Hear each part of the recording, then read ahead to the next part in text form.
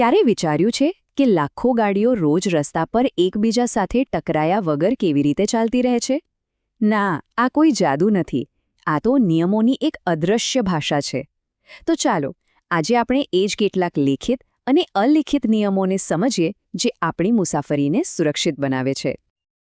ચાલો, આ વાતની શરૂઆત એક સીધા સવાલથી કરીએ. જરા વિચારો, એકદમ ટ્રાફિકવાળો રસ્તો છે. ચારે બાજુ ગાડીઓ, બાઇકો, લોકો બધું જ છે. આવી સ્થિતિમાં સલામતી માટે સૌથી મોટી જવાબદારી કોની? આ સવાલ જ આપણી આજની વાતનો આખો સાર છે. એક સિસ્ટમના રહીને વ્યક્તિગત જવાબદારી નિભાવવી. આપણે સ્ટીયરિંગ વ્હીલ પાછળ બેસીએ એ પહેલાં એક સૌથી મૂળભૂત વાત સમજવી ખૂબ જરૂરી છે. કેટલાક નિયમો એવા છે જે ડ્રાઇવિંગનો પાયો છે. એના પર જ આપણી અને બીજા બધાની સેફટી ટકેલી છે. આ જે વાક્ય છે ને, એને ડ્રાઇવિંગનો ગોલ્ડન રૂલ કહી શકાય. એકદમ સાદા શબ્દોમાં કહીએ તો બસ એવી રીતે ગાડી ચલાવો કે બીજા કોઈને તકલીફ ન પડે. આ એક નાનકડી વાત જ રસ્તા પર આપણા દરેક વર્તનને સાચી દિશા આપે છે. તો આ વાતને પ્રેક્ટિકલી કેવી રીતે સમજવી? ચાલો એને 3 સિમ્પલ નિયમોમાં જોઈએ. પહેલો, હંમેશા પોતાની લેનમાં પોતાની સાચી સાઈડ પર રહો. બીજો, સામેથી જે ટ્રાફિક આવે છે એને જવા માટે પૂરતી જગ્યા આપો.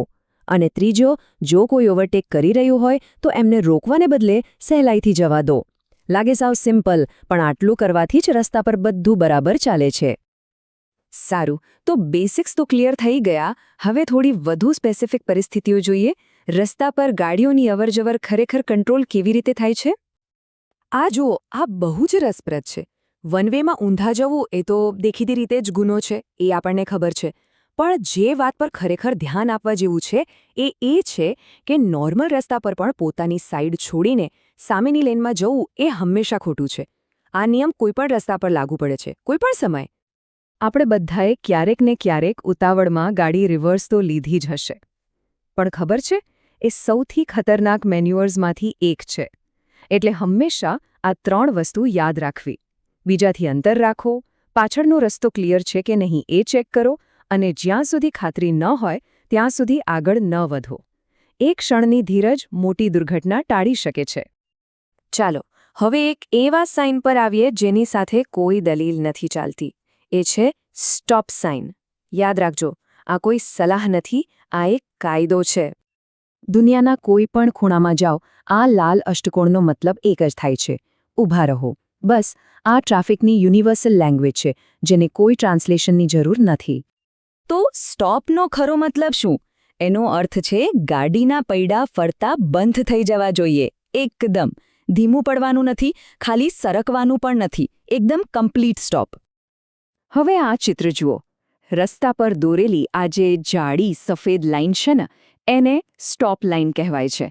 એ તમને એકદમ ક્લિયર કટ બતાવે છે કે બસ અહીંયા જ ઊભું રહેવાનું છે.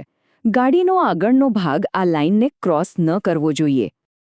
પણ એક મિનિટ, એક સવાલ થાય. જો સ્ટોપ સાઇન તો હોય, પણ રસ્તા પર આવી કોઈ સફેદ લાઇન ન હોય તો શું કરવાનું? નિયમ બહુ સીધો અને સિમ્પલ છે. જો સ્ટોપ લાઇન દેખાય તો એની પાછળ ઊભા રહો. અને જો લાઇન ન હોય તો સ્ટોપ સાઇન પોતે જ તમારી લાઇન છે. એની આગળ વધતા પહેલાં ગાડી રોકી દો. હવે આપણે રાઇટ ઓફ વે એટલે કે પહેલો હક કોનો એ સિદ્ધાંત તરફ આગળ વધીએ. આ એ નિયમ છે જે 4 રસ્તા પર થતી બધી ગરબડને રોકે છે. તો આ રાઇટ ઓફ વે છે શું? એટલે કોઈ ખાસ પરિસ્થિતિમાં, જેમ કે કોઈ 4 રસ્તા પર પહેલાં જવાનો કાયદાકીય અધિકાર. બસ આટલું જ. આનાથી નક્કી થાય છે કે કોણ પહેલાં જશે અને કોણે રાહ જોવી પડશે. આ ચિત્ર આ વાતને એકદમ સરસ રીતે સમજાવે છે. જુઓ, સામાન્ય રીતે જે લોકો મેઇન રોડ પર હોય છે એમનો હક પહેલા બને છે. જે ગાડીઓ નાની ગલી કે નાના રસ્તામાંથી આવે છે એમણે મેઇન રોડના ટ્રાફિકને પહેલાં જવા દેવો પડે છે.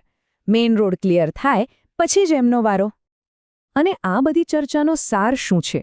નિયમો કેમ જરૂરી છે? કારણ કે નિયમોથી એક અંદાજ આવે છે. જ્યારે બધા લોકો નિયમો માને છે ત્યારે આપણને ખબર હોય છે કે સામેવાળો ડ્રાઈવર શું કરશે. અને આ જે અંદાજ છે એ જ બધાને સુરક્ષિત રાખે છે. આપણી આ ચર્ચાના અંતમાં એક વિચારવા જેવી વાત છે. જો સ્ટોપ સાઇન જેવું નિશાન એક સ્ટેટમેન્ટ છે, તો પછી રસ્તા પર આપણી ગાડી ચલાવવાની રીત, આપણી સ્પીડ, આપણી ધીરજ, એનાથી આપણે બીજા ડ્રાઈવરો સાથે શું વાત કરી રહ્યા છીએ? કારણ કે ડ્રાઇવિંગ એ ખાલી મશીન ચલાવવાની ક્રિયા નથી, એ તો બીજાઓ સાથે સતત ચાલતો એક સંવાદ છે.